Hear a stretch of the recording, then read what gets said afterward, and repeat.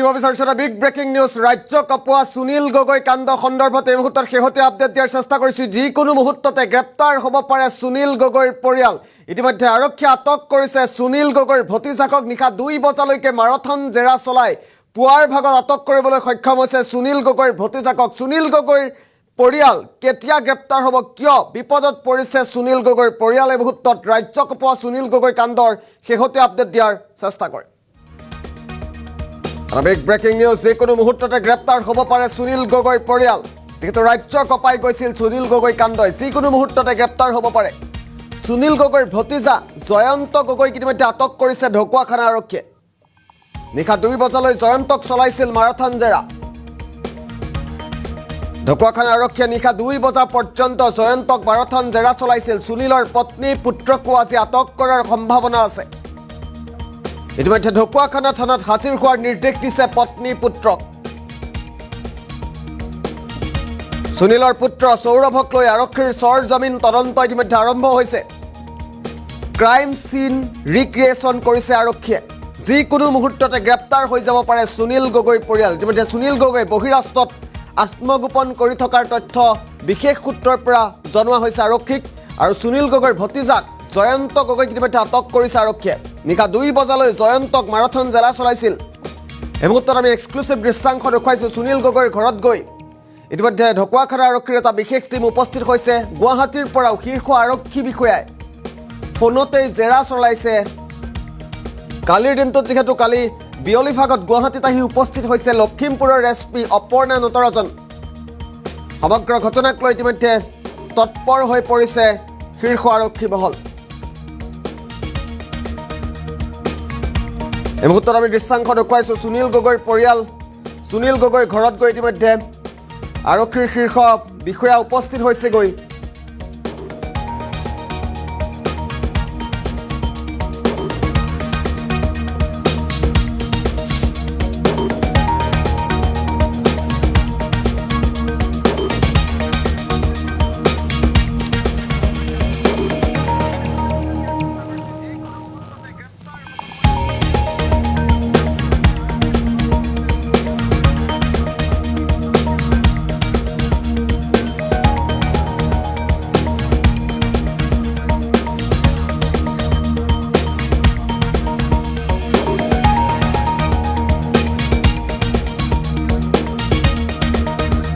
আমি মুহূৰ্তত দৃশ্যাংশ দেখুৱাইছোঁ আমি পৰৱৰ্তী দৃশ্যাংশ দেখুৱাৰ চেষ্টা কৰিম বৰ্তমান মুহূৰ্তত সুনীল গগৈৰ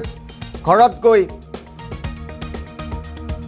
মাৰাথন জেৰা চলাইছে আৰক্ষী আমি তৃতীয়টো দৃশ্যাংশ দেখুৱাৰ চেষ্টা কৰিম সুনীল গগৈৰ ভতিজা জয়ন্ত গগৈ ইতিমধ্যে ঢকুৱাখানা আৰক্ষীয়ে গ্ৰেপ্তাৰ কৰিবলৈ আটক কৰিবলৈ সক্ষম হৈছে নিশা 2 বজালৈ জয়ন্তক চলাইছিল মাৰাথন জেৰা এই মুহূৰ্তত আমি ঢকুৱাখানা আৰক্ষী থানাৰ পৰা বিশেষ দৃশ্যাংশ দেখুৱাইছোঁ ঢকুৱাখানা আৰক্ষী থানাৰ পৰা ওলাই আহিছে সুনীল গগৈৰ পুত্ৰ সুনীল গগৈৰ পুত্ৰকো মাৰাথন জেৰা চলাইছে ঢকুৱাখানা আৰক্ষীয়ে আমি ঢকুৱাখানা আৰক্ষী থানাৰ পৰা সেই বিশেষ দৃশ্যাংশৰ মুহূৰ্তত দেখুৱাইছোঁ এনবি নিউজৰ কেমেৰাত বন্দী হৈছে সুনীল গগৈৰ পুত্ৰ মাৰাথন জেৰাৰ পাছতে ওলাই আহিছে ঢকুৱাখানা আৰক্ষী থানাৰ পৰা আমি পোনে এই মুহূৰ্তত লখিমপুৰলৈ যাব বিচাৰিছোঁ লখিমপুৰত উপস্থিত আছে আমাৰ সতীৰ্থ সাংবাদিক হাছিনুৰ আলমে দেখুৱাব কিদৰে সেই বিশেষ স্থানটোত আৰক্ষীয়ে অভিযান চলাইছিল আৰু অভিযানৰ সময়ত কি ক্লু লাভ কৰিবলৈ সক্ষম হৈছে আৰক্ষীয়ে আৰু এই স্থানতে সুনীল হৈছে সুমনি এই স্থানতে অতি নৃশংসভাৱে হত্যা কৰা হৈছিল জাহাংগীৰক আৰু মই জুবিনক লৈ দেখুৱাৰ কাৰণে চেষ্টা কৰিছোঁ আৰু এই স্থানতে হয়তো কিছু মুহূৰ্তৰ পিছত সুনীল গগৈৰ পুত্ৰক লৈ অনা হ'ব আৰু আৰক্ষীয়ে যিহেতু আৰক্ষী সঞ্চালক প্ৰধান জিপি সিঙো এই স্থানলৈ আহিছিল CIDৰ IGP গৰাকীও আহিছিল আৰু ইয়াৰ সমান্তৰালভাৱে বহু উচ্চপদস্থ আৰক্ষী বিষয়া এই স্থানলৈ আহিছিল আৰু দেখুৱাইছোঁ এয়া সুমনি এই সুমনিৰ এটি সৰু টিনৰ চালি দেখা পাইছে এই টিনৰ চালিৰ তলতে সেইদিনা নিশাৰ ভাগত এই মৃতদেহটো জ্বলি আছিল আৰু মৃতদেহটো মাজনিশা জ্বলি থকা অৱস্থাত দেখা পাইছিল সুনীল গগৈৰ পৰিয়ালৰ লোকে আৰু সকলোৱে প্ৰত্যেকেই প্ৰতীয়মান গৈছিলে যে এই মৃতদেহটোৱে সুনীল গগৈক দুৰ্বৃত্তই অতি নৃশংসভাৱে হত্যা কৰি ডিঙি কাটি লৈ যোৱা হৈছিল কিন্তু পৰৱৰ্তী সময়ত কিন্তু সমগ্ৰ ঘটনাটোৱে ৰহস্যজনকভাৱে ইউটাৰ্ণ লয় আৰক্ষীৰ তদন্তত DNA ৰিপৰ্ট অহাৰ পিছত সমগ্ৰ ঘটনাটো স্পষ্ট হয় কিন্তু ইয়াৰ পূৰ্বে NB নিউজৰ এই বাতৰি সম্প্ৰচাৰ কৰিছিল যে এই মৃতদেহটো সুনীল গগৈৰ নহয়, প্ৰকৃততে এই মৃতদেহটো আছিলে সুনীল গগৈৰ ৰাজমিস্ত্ৰী জাহাংগীৰৰ। আৰু এই স্থানতে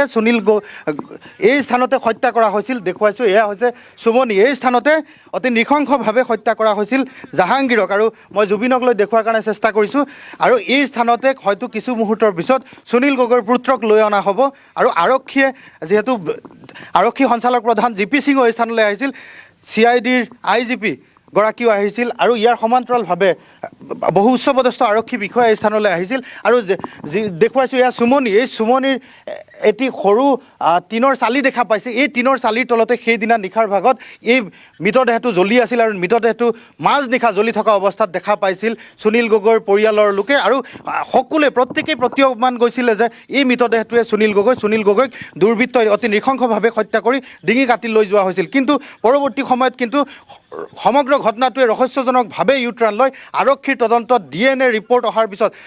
সমগ্ৰ ঘটনাটো স্পষ্ট হয়। কিন্তু ইয়াৰ পূৰ্বে NB নিউজে এই বাতৰি সম্প্ৰচাৰ কৰিছিল যে এই মৃতদেহটো সুনীল গগৈৰ নহয়, প্ৰকৃততে এই মৃতদেহটো আছিলে সুনীল গগৈৰ ৰাজমিস্ত্ৰী জাহাংগীৰৰ। আৰু এই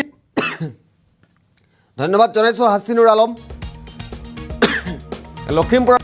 খবৰ এই মুহূৰ্তত হাছিনুৰ আলমে জনালে লখিমপুৰত ইতিমধ্যে আৰক্ষীয়ে আটক কৰিবলৈ সক্ষম হৈছে। ঢকুৱাখানা আৰক্ষীয়ে আটক কৰিবলৈ সক্ষম হৈছে সুনীল গগৈৰ ভতিজা জয়ন্ত গগৈক। সুনীল গগৈয়ে অতি কৌশলেৰে শীতল মস্তিষ্কৰে এখন গেম প্লেন বনাইছিল, বিশেষ খেল তৈয়াৰ কৰিছিল। আৰু সেই খেলখনত নিজে পতা জালত নিজেই ফচিছে সুনীল গগৈয়ে। নিজ ঘৰত কাম কৰা ৰাজমিস্ত্ৰী জাহাংগীৰ হুছেইনক তেওঁ জ্বলাই দিছিল। আৰু অৱশেষত সুনীল গগৈয়ে পলাই থকা বুলি আৰক্ষীয়ে সন্দেহ প্ৰকাশ কৰিছে।